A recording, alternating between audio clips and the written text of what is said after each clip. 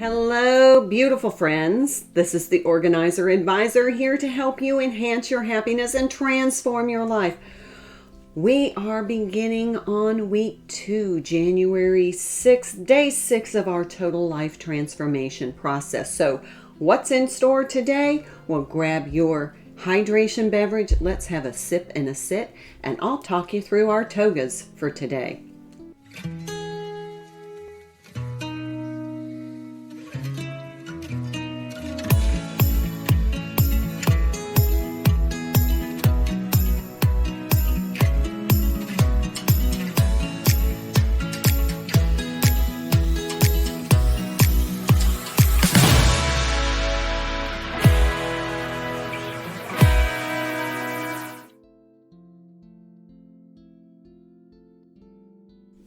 Okay, so we are on week 2 of our total life transformation. How's it going for you? Are you seeing and feeling a difference already? So check out the video right here on the recap of week 1. It's not too late to join if you have missed the first week. No worries. Just pick up from where you are right now, and we can always go back and work at our own pace. So let's get started on the first component, our daily health and beauty routines. Well, today is Monday, January 6th, but being a Monday, it is our facial skincare day. So grab those facial products and all of those facial devices and give yourself a facial today. Make sure that you're nourishing your skin so that you look and feel your best. Also, for our daily health and beauty routines, we exercise. Now wait, we started with 15 minutes last week. Let's add 5. So now we're up to 20 minutes of exercise a day, making sure we hydrate, take time for stillness or meditate. Also, eat clean, take vitamins and supplements if you subscribe to that practice. Those are our health and beauty routines to help us enhance the way we look and feel. And now we're going to move on to the next component in our transformational process, which is every Nook and Cranny cleaning. Okay, so a couple of things that I wanted to share with you as we talk about our every Nook and Cranny cleaning. Yesterday we finished the primary bedroom, so our first big room we completely cleaned from floor to ceiling and everything in between. But I did want to give a little addendum to this. I like to have fire extinguishers in my home for additional safety. So I keep a fire extinguisher in my primary bedroom, as well as, of course, in the kitchen, laundry room, garage. And then if you have a multi-level home, like I live in a 2-story cottage, I like to make sure there is a fire extinguisher on each floor of the home. Okay, so check your fire extinguisher, just an added safety tip. Also, while we are checking for safety, you want to check your smoke detectors and carbon monoxide detectors if you have them. This is a great time to replace those batteries and make sure those devices are working properly. Also, I invite you to check out my video on flashlights and batteries for more safety information, especially about storing these little boogers. These little things can create a fire hazard if not stored correctly. So check out this video above on how to safely store your 9-volt batteries. For our every Nook and Cranny cleaning goal today, we are going to work in the bathroom. Bathroom number 1, usually adjacent to the primary bedroom. So today we're going to clean the bathroom from floor to ceiling and everything in between, but we're going to start with the ceiling. We want to remove as much dust and particulate matter as possible to make the breathable air in our home healthier. So we're going to sweep all of that dust off the ceiling. Make sure you wear your eye protection. Also, we're going to clean the light fixture. So we want to make sure that that's clean and bright. I suggest using bright white light bulbs to make sure that space is well lit and inviting, especially if you put on your makeup in the bathroom. Next, we're going to start with the north wall and work our way around the room using this compass rose strategy. So we're going to dust all of the north wall and work our way around wall by wall until we completely finish. So clean anything on the north wall. So this is going to be any artwork that you have, any cabinetry. You want to take everything out of the drawers and the cabinetry, tidy up, look at those toiletry products, grab those almost empties, organize those spaces, make sure they're clean. You may even want to use a little essential oil so that they smell uplifting as you open the cabinetry. If you have a shower, a sink, a tub, or a toilet on that wall, we want to clean that as well. I'm going to wash my shower curtain and bath mat today so that they are clean and smelling fresh. And make sure all your towels are neatly folded and clean and fresh. As you're cleaning each wall, make sure you're cleaning all the glass surfaces and any item housed on that wall. Next, we're going to clean the flooring. Now that we have this room, every nook and cranny clean, we're going to move on to our next component, which is organized to utilize. And while we're working in the bathroom, today our focus is going to be on medications.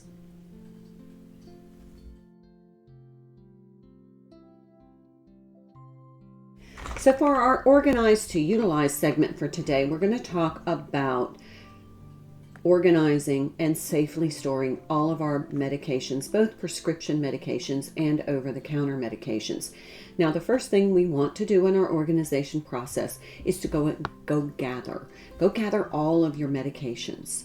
So I suggest that you check your purse, your car, your gym bag, your bathroom, and bedside table for any medications. We want to have all of these housed in a safe storage device and location away from children and pets. So go gather. Now, the next thing that we're going to do is we're going to go through these medications. We're going to look at the expiration date. I have a video on how to organize your medications, and it includes information on safe storage as well as how to safely dispose your medications. So please check out that video here or in the comments. It is in the playlist Organized to Utilize. But what you want to do is you want to check your expiration dates. You want to make sure all of these medications are still in usable condition and safe to use for you and your family. Now, a couple of suggestions. If you look at your prescription medications and you realize you're getting a little low, it's time to call your primary health provider and get those refills so that you don't interrupt your medication protocol. Also, if you haven't had a physical or a visit to your primary care physician, it's good health strategies to make sure that you're communicating with your primary health provider, and this is a gentle reminder to make that appointment. All right, once we have gone through all of our medications and we have made sure that they are all in safe, usable condition, we're going to go ahead and create a storage device and a safe location to store them. Now, your storage device should be lockable. This one has a little lock on it that I can lock, but you want to make sure it houses all your medication. So I'm going to just return these to this, and you want to make sure you have a safe location away from children and pets in order to store your medications. Now, speaking of pets, if you want to go ahead and organize your pet medications today, you can do that, but we're also going to dedicate some time to do that on Saturday as we go through all of our pet paraphernalia. So return all of your medications to your storage device, and I'm going to give you a couple of tips here.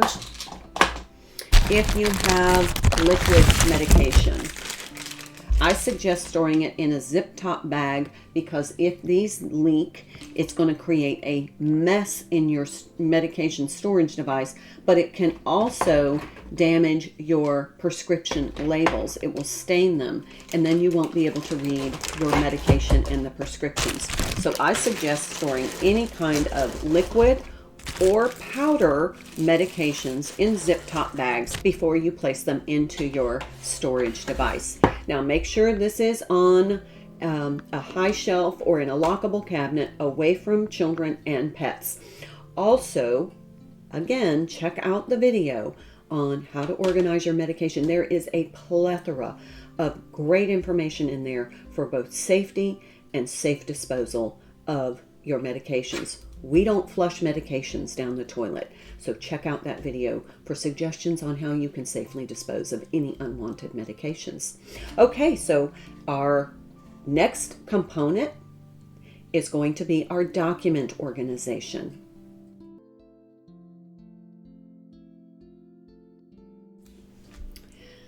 For our document organization TOGA for today, we're going to create an effective filing system. Now, just a caveat, this doesn't have to be done in one day. This is a grow as you go process. So we're going to create a filing system that is effective and functional. Now, you need to create a storage device. Now, you can use a traditional file cabinet. You can use a little decorative box, a basket, a banker's box, whatever works for you for the amount of paperwork that you need to house. Now, I have what I call my monthlies in this little portable file box. That way, when I'm hydrating, I can have a cup of tea after I exercise. I can sit down with my little file box and file those piles. I set a goal of 10 documents a day. If I have that many, then I will be keeping up instead of catching up with my filing. Now, for my more permanent records, such as tax data, house information, any kind of information that is long-term storage, I'm going to house in a traditional filing cabinet that I keep in the office. It's a little larger. I don't have to access it as frequently, so I can keep my long-term storage in that filing cabinet. That kind of frees up a little space for my monthlies. Also, as you are filing the piles, go ahead and reserve any kind of instruction booklets that you find, any kind of documents related to your career or profession or education, any documents that you find that are like receipts or claim tickets or event tickets or school field trip information, anything that you might use in the next 30 days. We will be housing those in different types of document storage strategies that I have created that are going to help maximize your efficiency and be able to find what you need when you need it. So let's create a filing system. Yes, I have a video. It's right here or in the comments, how to create an effective filing system. Now, what I like to do is I like to get some pretty file folders, but this can be budget friendly. Work with what you have, or if you want to do a budget friendly option, just use traditional manila file folders. It's up to you. I like to get a little bit more substantial weight in the files because they seem to last longer, but it's just tailor this to your specific needs. So what I like to do is I like to write on the inside the company name, the address, the phone number, the point of contact, and the account number. Now, you could also write your password here, but I save all of my passwords in my important document binder in a little booklet that I keep in my safe because I want to make sure I have that additional security, but that's up to you. So what I do is, as I'm going through my process filing the piles, when I come across a utility bill, I create a file folder for that specific utility. And so each type of monthly, like bank statement, utility bill, credit card payment, car payment, all of that payment information, you want to go ahead and create a file folder so that you can maintain your payment records. Now, this could house your house insurance, your car insurance. It could house, any kind of information that you need to keep, such as, your medical, dental, anything that is something that you're going to revisit more often than your permanent file storage. Now, a couple of tips I'm going to give you, but check out that video. You will find a ton of helpful tips in that video, but let me just share a few of my favorites with you just now. What I like to do is I hold my file folder so it opens like a book, and then I put all the headings of the papers in the same direction, so that if I'm looking for a specific document, all I have to do is flip through the documents and I'll see the headings here and I can find what I need. But here's another tip. When you put all of your headings in the same direction, all of your papers are going to be stapled on the left. If you turn them the other direction, these papers are going to slip, and this is going to kind of become askew. It will make it difficult to see your file labels. If you put your stapled papers where the heading is at the top and the staple is at the bottom, this is going to keep this edge nice and crisp so that your papers are not going to kind of float around in your file. So they'll stay nice and neat, which is going to make your filing system look very cohesive and very calm.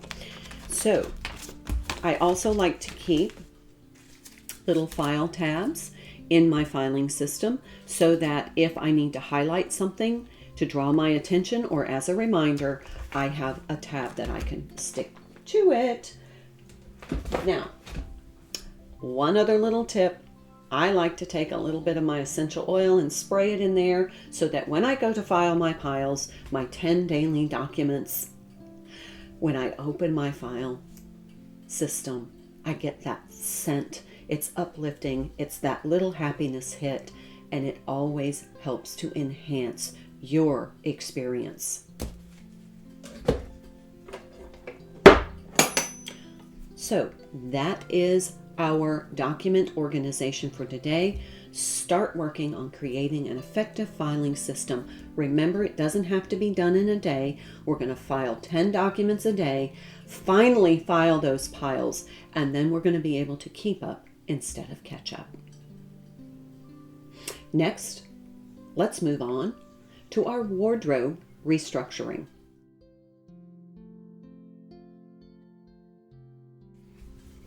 Okay, as we continue our transformational process, of course, we are going to want to enhance the way we look and feel. And part of that includes our clothing. So oftentimes our closet is overwhelming and it is chaotic.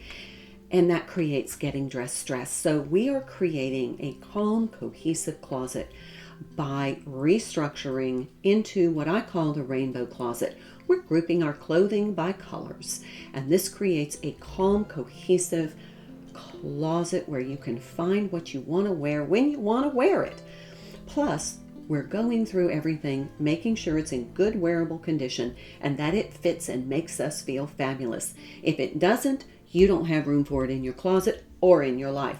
So today, the color is blue, and we're going to go gather all of our blue clothing, all of our garments, all of our accessories, purses, hats, gloves, belts, coats, jackets, shoes. We're going to make sure those are in good wearable condition, that they fit and make us feel fabulous. And remember, your jewelry. We want to make sure that we are integrating and complementing our outfits with jewelry and accessories so we have that professional, pulled together look.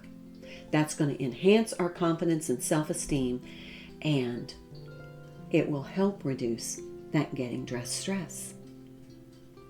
Now, just a little hint, on Sundays as part of my Sunday prep step, I plan out my wardrobe for the week. I plan out all of my outfits. I incorporate my accessories, my jewelry, the shoes. I have that coordinated look. I house them on a temporary storage closet rod that's on rollers. It's movable. I have baskets at the bottom for all of my accessories. I have all my outfits planned out for the week so that I reduce that getting dressed stress. No more trying to figure out at the last minute what you're going to wear. You have that all planned out. That's part of our Sunday prep step. Here's a video here. All right, my friends, that is our organizational process for today. I hope this process is working for you. Please leave me a comment, like this video, follow me on Facebook, subscribe to me on YouTube. Thank you so much for joining me in this journey, and I look forward to seeing you tomorrow. Until then, have a wonderful day. Thank you for watching this video. I hope you found it helpful. If you would like more support, ideas, guidance, frameworks, and some positive, uplifting suggestions, please check out some of my other videos. You can activate your subscription on my YouTube channel and hit that notification bell so that you'll be notified when I post newer content. But those playlists are a framework for you to organize all aspects of your life to enhance your happiness and transform the life that you're living. I can't wait to see you in the next video. Until then, my dear friends, I hope you have a wonderful day.